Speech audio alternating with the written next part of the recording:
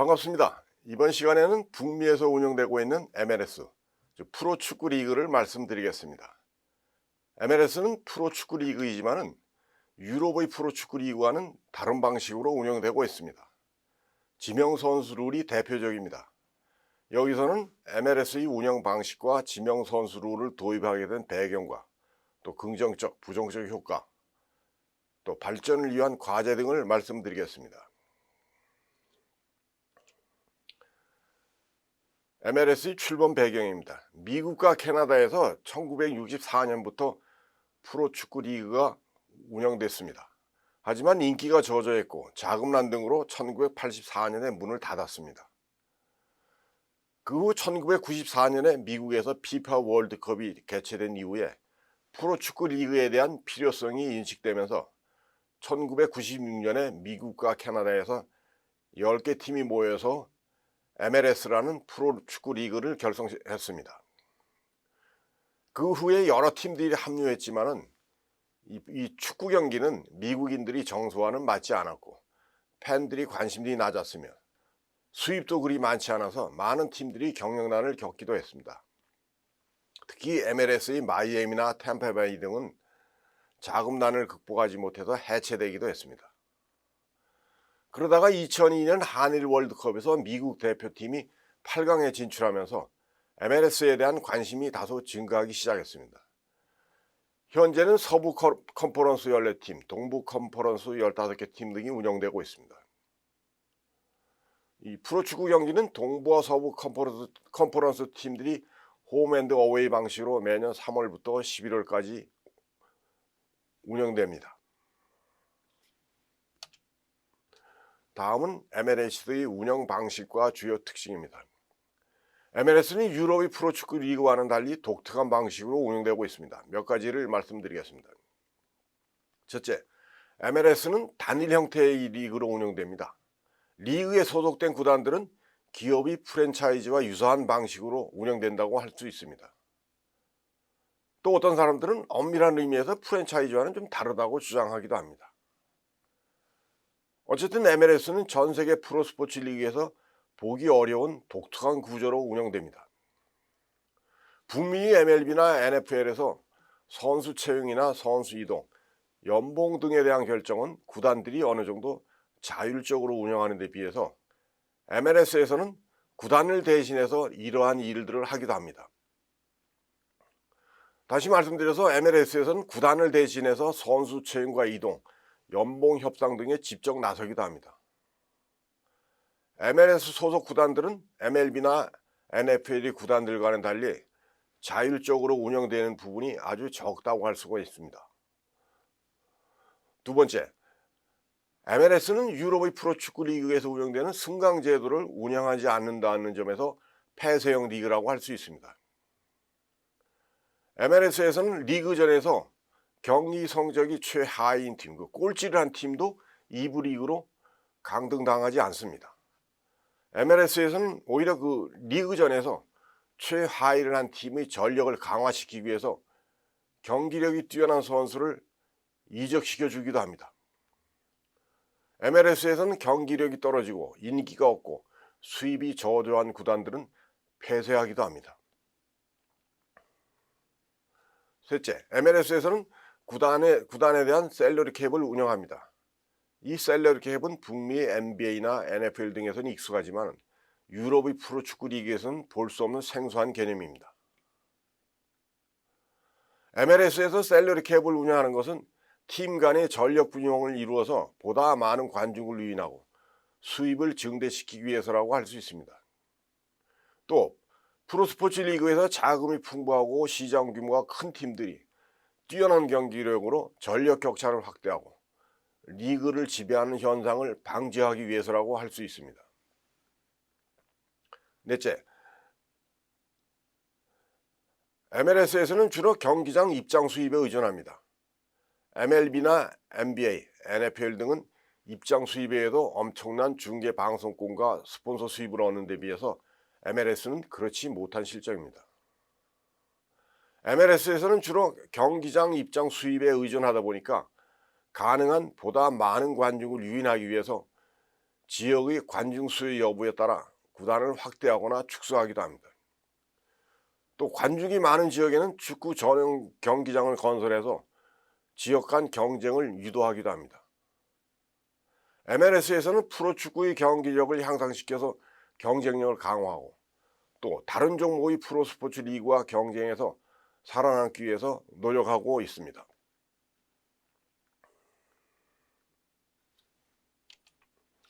다음은 지명선수 룰입니다. 저는 이걸 지명선수 룰로 번역을 했습니다. MLS에서는 초기에는 구단에 대한 셀러리 캡을 철저하게 운영하고 있어서 많은 연봉으로 경기력이 뛰어난 슈퍼스타 선수를 채용할 수가 없었습니다. 2007년부터 경기력이 뛰어난 슈퍼스타 선수를 지명선수로 지정해서 구단이 셀러리 캡에 상관없이 3명까지 채용할 수 있게 하는 조치를 도입했습니다. 이게 지명선수 룰이라고 합니다. 구단에서 슈퍼스타 선수를 지명선수로 채용할 경우 해당 선수에 대해 셀러리 캡의 예외 조항을 적용할 수 있도록 했습니다. 그리고 구단이 선수 연봉은 MLS에서 지급합니다. 하지만 지정된 선수 연봉 중에서 일정액을 초과하는 부분은 구단주가 지불하도록 했습니다. MLS의 팀들은 경기력이 뛰어나고 인기가 높은 유명 스타 선수를 채용할 때 셀러리 캡을 넘어서는 연봉으로 선수를 채용할 수 있게 됐습니다. 이는 NBA의 연성 셀러리 캡이나 1980년대 중반에 실시했던 레리 버드 예외 조항과 유사하다고 할 수 있습니다. MLS 구단들이 지명선수 룰을 이용해서 경기력이 뛰어나고 인기가 높은 슈퍼스타 선수를 채용하면 팀은 경기력을 향상시킬 수 있고 보다 많은 팬을 위인해서 수입을 증대시킬 수 있다고 보았습니다. 그리고 북미의 MLB나 NBA 등에서 고민하고 있는 시장의 크기에 따른 수입 격차와 팀 간의 전력 불균형과 같은 문제점을 해소할 수 있다고 본 겁니다. MLS의 지명선수 룰에 따라 최초로 채용된 슈퍼스타 선수는 당시 유럽의 프로축구 리그에서 뛰어난 경기력과 준수한 외모로 세계적으로 많은 인기를 누리고 있었던 베컴 선수입니다. 스페인의 레알 마드리드에서 활동하던 베컴 선수는 2007년에 MLS의 지명선수 룰에 따라 엄청난 연봉을 받고 LA 갤럭시로 이적했습니다. 당시 연봉은 셀러리 캡이 2배를 넘었다고 주장되기도 합니다.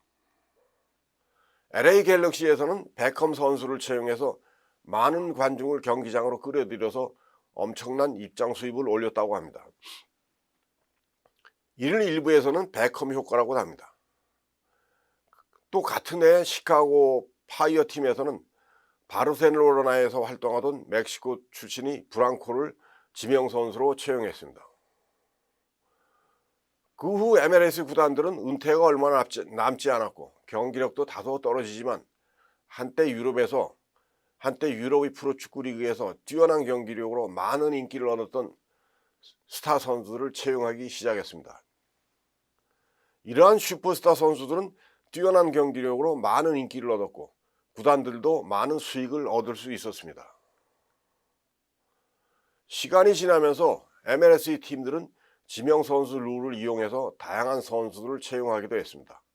어떤 팀에서는 장래가 촉망되는 젊은 선수나 지역 연고지에서 영웅 대우를 받는 선수를 채용하기도 했습니다. 하지만 지명선수 룰에 대해서 다양한 논란이 제기되기도 합니다. 긍정적 효과입니다. MLS의 지명선수 룰은 다음과 같은 긍정적인 효과가 있다고 주장됩니다. 첫째, MLS의 지명선수 룰은 북미에서 프로축구 리그의 축구에 대한 관심을 증대시키고 북미 프로 시장에서 생존할 수 있는 기틀을 마련했다고 평가됩니다. 특히 베컴 선수가 LA 갤럭시 팀에 합류하면서 축구 경기에 대한 관심과 인기가 높아지고 수입도 증대시켰다고 합니다. 일부에서는 LA 갤럭시가 베컴 선수를 채용한 것은 MLS가 보다 성장하고 발전할 수 있는 계기를 만들었다고 평가되기도 합니다. 북미에서는 동일 종목의 리그에서 팀들 간 경쟁이 치열할 뿐 아니라 서로 다른 종목의 리그들 간 경쟁도 아주 치열합니다. 그리고 북미에는 이미 오래전부터 MLB나 NFL, NBA, NHL 외에도 다양한 프로스포츠 리그들이 많은 인기를 얻으며 안정적으로 운영되고 있습니다.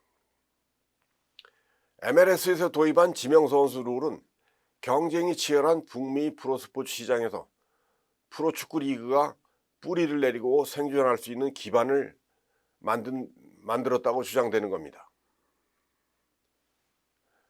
MLS는 1994년 피파 월드컵 개최를 계기로 출범했지만 미국인들이 정서와는 맞지 않았습니다. 인기도 그리 높지 않았습니다.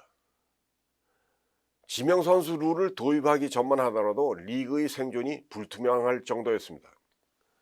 그런데 지명선수 룰을 이용해서 당시 세계적인 슈퍼스타였던 베컴을 채용하면서 북미 프로스포츠 시장에서 MLS의 인기와 명성이 높아지기 시작했습니다. 둘째, 지명선수 룰을 운영하면서 얻은 가장 큰 성과 중 하나는 관중 증가라고 할 수 있습니다. 슈퍼스타 선수의 뛰어난 경기력과 명성, 높은 인기 등으로 MLS의 관중들이 엄청나게 증가했습니다. 2007년에 베컴 선수가 LA 갤럭시 팀에서 경기를 할 때 MLS의 평균 관중보다 약 25%가 더 증가했다고 합니다.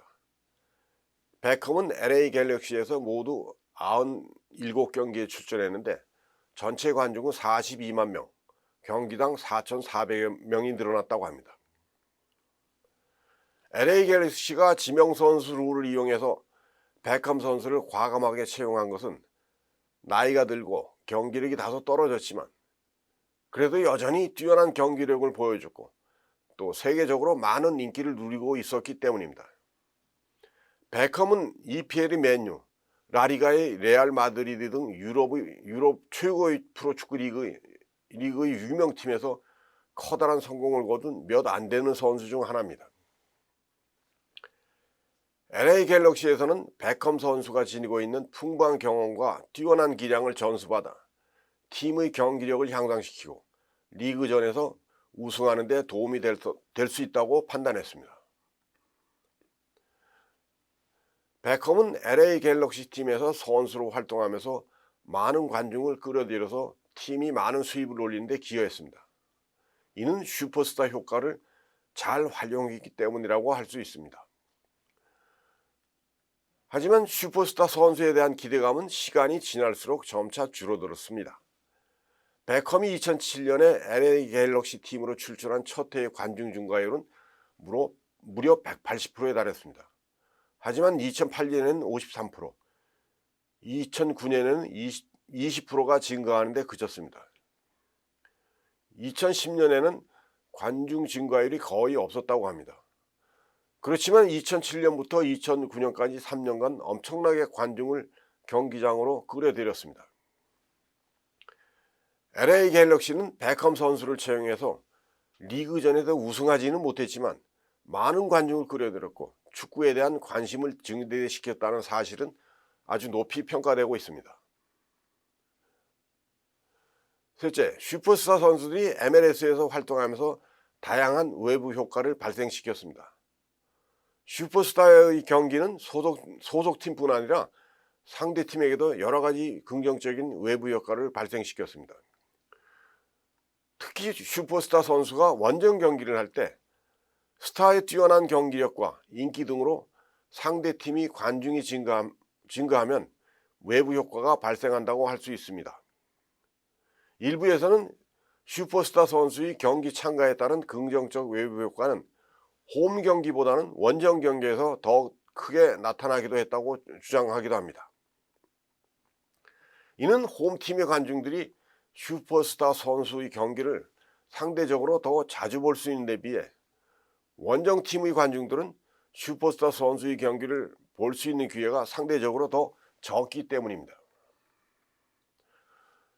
슈퍼스타 선수의 경기 참가에 따른 외부 효과, 즉 원정팀의 관중 증가는 선수에 따라 다양하게 나타났습니다.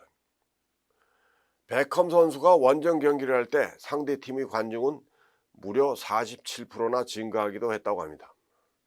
같은 해 시카고 파이어 팀에서 활동했던 멕시코 출신의 과우테모 브랑코 선수도 17%나 증가했습니다.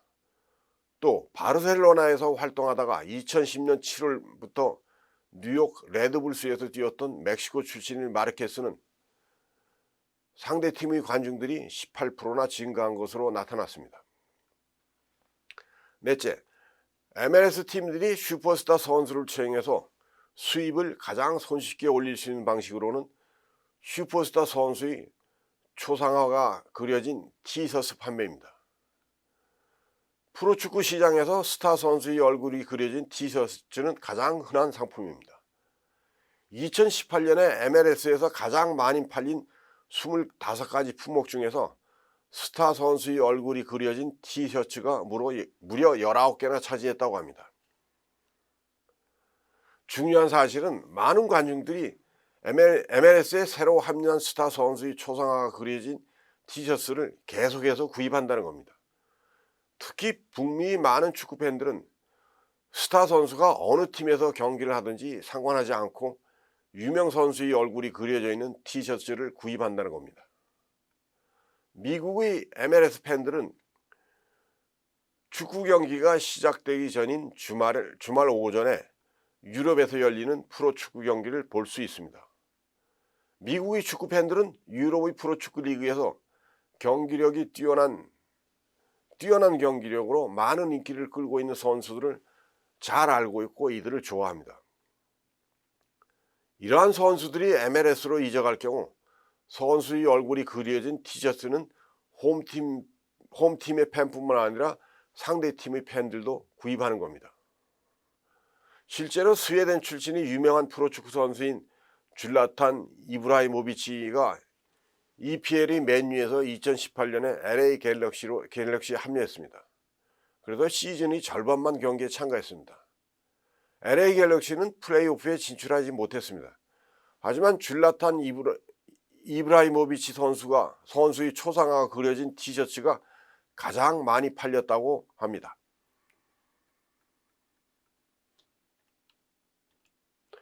다음 부정적인 효과입니다. 하지만 MLS에서 운영하는 지명 선수들은 다음과 같은 문제점이 제기되기도 합니다. 첫째, 유럽의 프로축구 리그에서 명성을 떨치던 스타 선수가 다른 대륙으로 이동하는 경우에는 커다란 리스크가 발생할 수도 있습니다. 팀 분위기가 다르고 동료들 간 관계도 서먹서먹합니다. 또 훈련 방식이나 경기 스타일, 문화적 차이도 있습니다. 가끔 축구 선수들이 다른 대륙이나 나라로 이적했다가 이러한 차이를 제대로 극복하지 못하는 경우도 있습니다. 유럽의 프로축구 리그에서 MLS로 이적해온 스타 선수들도 이러한 리스크를 극복하지 못해서 경기력을 제대로 발휘하지 못하기도 합니다. 둘째, MLS 팀들은 슈퍼스타 선수를 채용할 때 팀의 경기력이 어느 정도 향상될 것으로 기대합니다. 하지만 과거의 경기력이 뛰어났던 스타 선수가 MLS에 합류하더라도 팀의 경기력이 곧바로 향상되기가 쉽지는 않습니다. 슈퍼스타 선수를 엄청난 연봉을 주고 채용했음에도 불구하고 리그에서 우승하지 못하는 사례들도 많이 있습니다.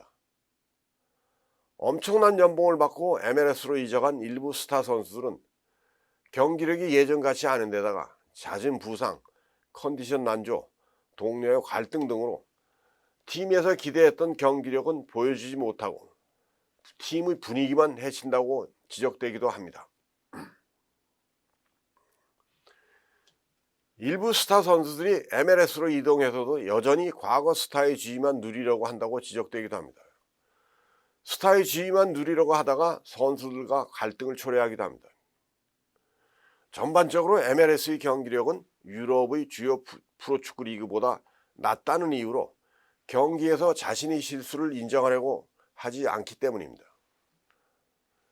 과거에 유럽의 유명한 프로리그에서 잘 나갔던 스타 선수라고 기존의 젊은 선수들한테 지적질만 하다가 갈등을 빚기도 합니다. 또 MLS로 이적해온 스타 선수들은 은퇴하기 전에 더 많은 돈을 버는 데만 관심을 가진다고 지적되기도 합니다. 넷째, 스타 선수가 MLS의 지명선수 룰에 따라 채용될 때는 엄청나게 높은 연봉을 받습니다. 기존의 선수들보다 몇 배나 더 많이 받기도 하는데, 이는 같은 팀의 선수들 간 소득 불균형을 초래할 수도 있습니다. 일부 학자들은 팀에서 선수들 간 소득 불평등은 갈등과 분열을 초래할 수도 있다고 지적합니다. 팀에서 선수들 간 소득 불평등이 심할 경우 선수들 간 담합과 협력이 제대로 이루어지기가 어려울 수도 있습니다. 특히 MLS 팀에서 유명한 스타 선수를 채용하기 위해서는 엄청난 연봉을 지급해야 합니다. 스타 선수가 엄청난 연봉을 받다 보니까 기존의 선수들의 연봉이 상대적으로 낮아질 수도 있습니다. 팀 동료 간 지나친 소득 불균형으로 기존 선수들은 상대적으로 박탈감을 느끼게 되고 경기에서 최선을 다하려고 하지 않을 수도 있습니다.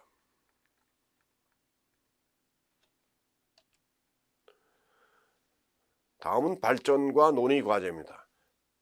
MLS에서 지명선수 룰을 도입하면서 많은 팀들이 과거보다 경기력이 향상되는 등 더욱 발전하고 있다고 평가되기도 합니다. 하지만 MLS에서 운영되고 있는 지명선수 룰에 대해서 많은 관심과 다양한 주장이 제기되고 있습니다.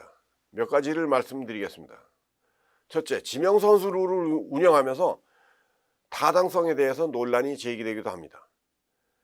MLS의 일부 팀들은 한때 유명했던 스타 선수를 엄청난 연봉으로 채용했음에도 불구하고 경기력이 향상되거나 리그전에서 우승하지 못했다는 사실을 알게 됐습니다. 그래서 일부 팀들은 지명선수 룰을 운영하는 방식에 의문을 가지기도 합니다. 오히려 평범한 선수들로 운영되는 팀들이 리그전에서 우승하기도 합니다. 이는 프로축구 리그전에서 팀이 우승하는 데는 선수들에게 얼마나 많은 돈을 투자했느냐 보다는 경기장에서 선수들이 얼마나 협력과 단합을 잘해서 경기력을 향상시킬 수 있냐가 더 중요하다는 의미입니다. 엄청난 연봉을 주고 채용한 스타 선수가 있는 팀이라고 해서 리그전에서 반드시 우승하는 것이 아니라는 겁니다. 참고로 구단주들이 선수들에게 연봉을 지급할 때 주로 다음과 같은 방식을 놓고 고민하게 한다고 주장됩니다. 하나는 선수들 간 연봉은 경기력에 따라서 차등 지급하는 것이 선수들이 경기력을 더욱 향상시킬 수 있다는 주장입니다. 선수의 경기력에 따라 연봉을 철저하게 차등해서 지급할 경우 연봉이 낮은 선수들은 자극을 받아서 더욱 열심히 노력하는 동기를 가지게 되기 때문에 팀의 경기력이 향상된다는 겁니다. 또 이러한 방식은 팀 스포츠 경기에서 선수들이 무임승차 행위를 없앨 수 있다고 주장합니다. 이를 토너먼트 이론이라고 합니다. 다른 하나는 팀에서 선수들 간 연봉 차이가 그리 크지 않을 경우 선수들 간 응집력이 강화돼서 경기력을 더욱 향상시킬 수 있다고 주장됩니다. 선수들 간 연봉 차이가 크지 않을 경우 선수들 간 단합과 협력, 상호 이해와 협조 등이 잘 돼서 경기력을 더욱 향상시킬 수 있다는 겁니다. 선수들 간 경기력에 따라 연봉 차이가 크게 날 경우 응집력과 단결력이 약해지고 상대적 박탈감을 느끼게 하기 때문입니다. 이는 선수들 간 비협조와 갈등, 또 상호 비난 등으로 경기력을 떨어뜨릴 수 있다고 주장됩니다. 이를 응집력 이론이라고 합니다. 만약 여러분이 프로 구단주라면 어떤 방식으로 선수 연봉을 주실 건지 고민을 해야 될 겁니다. 둘째, 지명 선수 룰을 역으로 이용하기도 합니다. MLS의 일부 팀들은 지명 선수 룰을 이용해서 조금은 덜 유명하지만 팀의 전술에 잘 적응하고 기존의 선수들과 협력과 소통을 잘하는 선수를 채용하기도 합니다. 즉 선수의 뛰어난 경기력이나 높은 인기와는 상관없이 팀의 경기력을 향상시킬 수 있는 선수를 채용하는 겁니다. 이러한 전략을 활용하는 팀들은 과거에 유명했던 스타 선수를 채용해서 입장 수입을 증대시키기보다는 경기에서 보다 많이 승리해서 얻을 수 있는 수익과 인기, 명성 등을 더 중시하는 겁니다. 실제로 MLS의 일부 팀들은 상대적으로 덜 유명했던 선수를 지명 선수로 채용해서 리그전에서 우승해서 팀의 이미지와 명성을 높이기도 했습니다. 일부 팀에서는 유럽의 슈퍼스타 선수를 채용했을 때보다 더 많은 이득을 얻기도 했습니다. 실제로 2017년에 MLS에서 플레이오프에 진출했고 2018년에는 리그전에서 챔피언이 된 애틀랜타 유나이티드 FC가 대표적입니다. 셋째, MLS의 일부 팀에서는 경기력이 상대적으로 저조한 선수들을 싼 가격으로 채용해서 경기력을 향상시켜서 유럽의 프로축구 팀들에게 높은 가격으로 판매하기도 합니다. 이러한 방식은 팀의 수입을 증대시킬 수 있는 방법 중 하나이기도 합니다. 이는 그동안 MLS가 유럽의 리그에서 한때 경기력이 뛰어나고 인기가 높았으나 은퇴를 앞둔 한물간 선수를 채용해서 돈벌이만 하려고 한다는 비난을 피할 수 있게 했다고 주장되기도 합니다. 하지만 이러한 방식은 이미 유럽의 일부 프로축구팀들이 아프리카나 중남미에서 어린 선수들을 불법으로 싼 값으로 채용했다가 경기력이 부진하거나 부상 등을 당할 경우 아무런 보상도 해주지 않고 쫓아버려서 많은 비난을 받기도 했습니다. 자칫하면 MLS의 팀들이 선수 장사를 한다는 비난을 받을 수도 있습니다. 넷째, 유럽의 프로축구 리그에서 MLS로 이동한 선수들은 대부분이 나이가 30대 중반을 넘었음에도 불구하고 팀의 경기력을 향상시키고 보다 많은 수입을 얻는 데 기여했다고 평가됩니다. MLS의 팀들은 MLB나 NBA와는 달리 주로 입장 수입에 의존합니다. 그래서 MLS의 팀들은 과거에 유명했던 슈퍼스타 선수를 채용해서 보다 많은 관중을 유인해서 입장 수입을 증대시키는 것을 더 중요하게 여기기도 합니다. 따라서 MLS의 팀들은 은퇴를 앞둔 유명 스타 선수를 채용하려는 전략은 쉽게 변하지 않을 겁니다. 하지만 이러한 전략은 MLS의 팀들이 미래가 유망한 선수에 대한 투자보다는 과거에 유명했던 스타 선수를 채용해서 더 많은 돈을 벌려고 하는 단기 전략에 불과하다고 지적됩니다. 이는 장기적으로 MLS의 경기력을 향상시키고 또 경쟁력을 강화하기 위한 전략이라고 보기는 어렵다는 겁니다. 지금까지 북미 프로축구 리그 또 MLS의 등장과 지명선수 룰을 도입하게 된 배경과 긍정적, 부정적 효과를 말씀드렸습니다. 그리고 논의 과제를 살펴보았습니다. 다음 시간에는 슈퍼스타의 긍정적 효과, 부정적 효과, 그리고 동료 효과를 말씀드리겠습니다. 감사합니다.